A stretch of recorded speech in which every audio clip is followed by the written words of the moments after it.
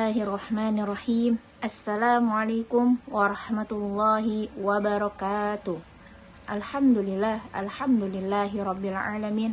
Nahmaduhu wa nasta'inuhu wa nastaghfiruhu wa na'udzu billahi min sururi anfusina wa min sayyiati a'malina.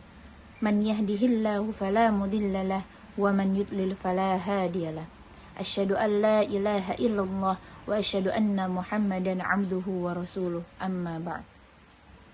Pertama-tama, marilah kita panjatkan puja dan puji syukur kita atas kehadirat Allah Subhanahu wa Ta'ala, yang dimana telah memberikan kita berbagai nikmat, terutama nikmat sehat dan iman. Karena nikmat tersebut, kita masih bisa merasakan puasa Ramadan, masih bisa melaksanakan puasa Ramadan pada bulan suci ini. Sholawat serta salam tak lupa juga kita junjungkan kepada Nabi besar kita, Nabi agung kita, suri tauladan kita, yaitu baginda Nabi Muhammad sallallahu alaihi wasallam, yang telah membawa kita dari zaman kejahiliaan, zaman kegelapan menuju zaman yang terang seperti saat ini. Pada sore hari ini saya akan sedikit memberikan materi atau tausiah menjelang berbuka puasa yang berjudul 3 golongan orang yang doanya tak akan tertolak oleh Allah Subhanahu wa Ta'ala. Yang pertama yaitu ialah orang yang berpuasa. Yang kedua, pemimpin yang adil. Dan yang ketiga, orang yang terzalimi. Sebelum kita memasuki materi tersebut, saya akan sedikit kembali mengingatkan sejarah orang-orang terdahulu sebelum memasuki bulan Ramadan ini. Pada zaman dahulu, masyarakat atau bangsa Arab sebelum memasuki bulan ke-9 ini berbondong-bondong atau bergegas mencari sumber air untuk dikumpulkan. Kenapa demikian? Karena ketika bulan 9 atau bulan Ramadan itu menjadi bulan yang sangat panas, bulan yang sangat terik.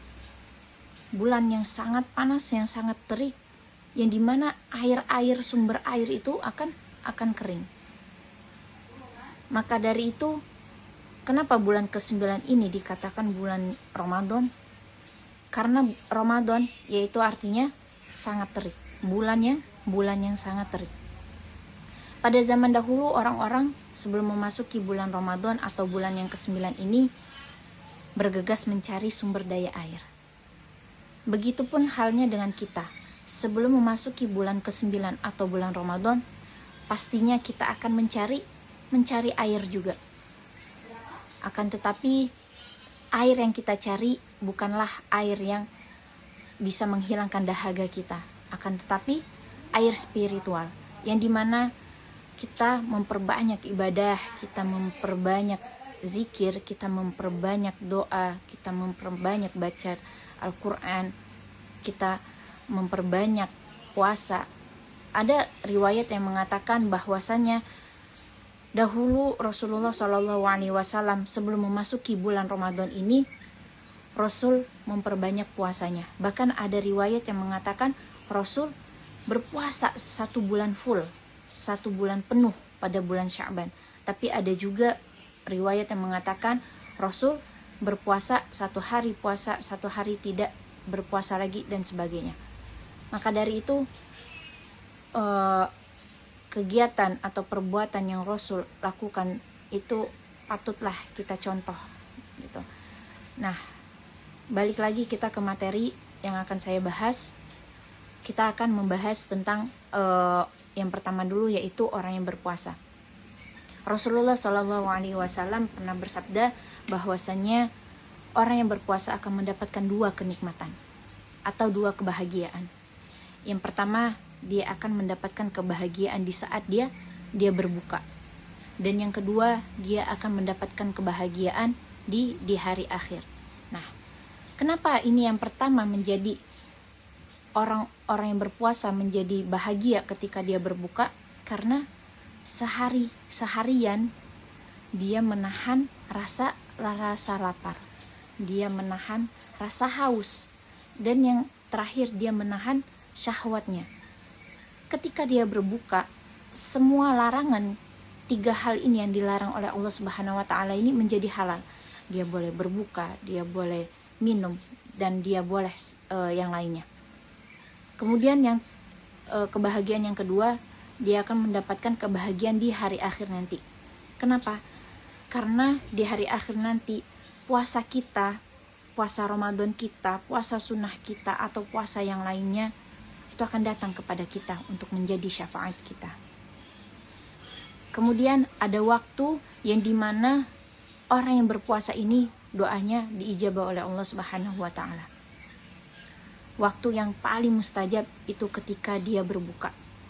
Maka dari itu saya sarankan ketika kita berbuka dengan seadanya dahulu, mungkin dengan air putih atau teh, kemudian dengan kurma atau manisan yang lainnya. Sebelum kita menyantap makan yang lain, alangkah baiknya kita berdoa dahulu.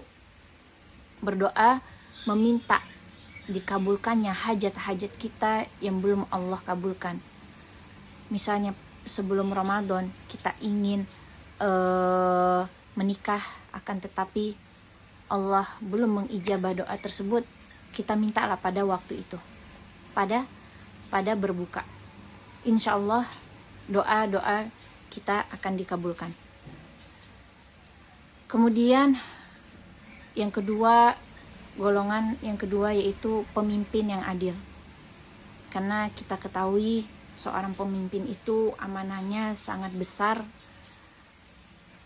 Memimpin apapun itu, baik misalnya dia menjadi ketua kelas di kelasnya, menjadi kepala sekolah, menjadi bupati, atau menjadi presiden bahkan, ketika dia bersifat adil, ketika dia amanah, dia doanya akan dikabulkan oleh Allah Subhanahu wa taala.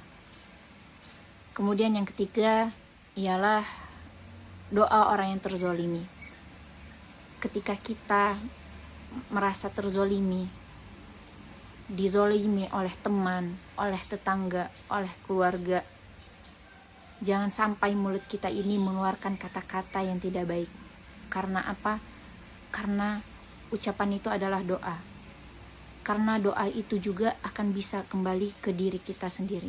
Maka dari itu ketika kita merasa terzolimi, kita merasa dihina oleh orang lain, kita keluarkanlah kata-kata yang baik agar doa tersebut kembali lagi kepada diri kita. Semoga dengan apa yang saya sampaikan pada sore hari ini menjadi pengingat untuk kita semua, terutama pribadi untuk saya sendiri. Semoga Allah terima amal ibadah kita, puasa kita yang sebelum-sebelumnya sudah kita laksanakan.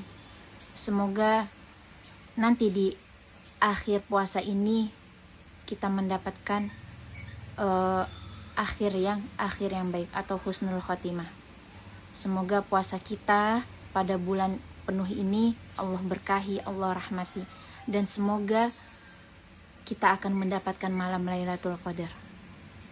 Dengan catatan kita harus terus berikhtiar, beriktikaf di masjid dengan membaca Al-Quran, dengan berzikir dan melaksanakan sholat tahajud. Mungkin sekian yang bisa saya sampaikan, kurang lebihnya saya mohon maaf. Kepada Allah saya mohon ampun. Akhirul kalam, wabillahi taufiq wal hidayah. Wassalamualaikum warahmatullahi wabarakatuh.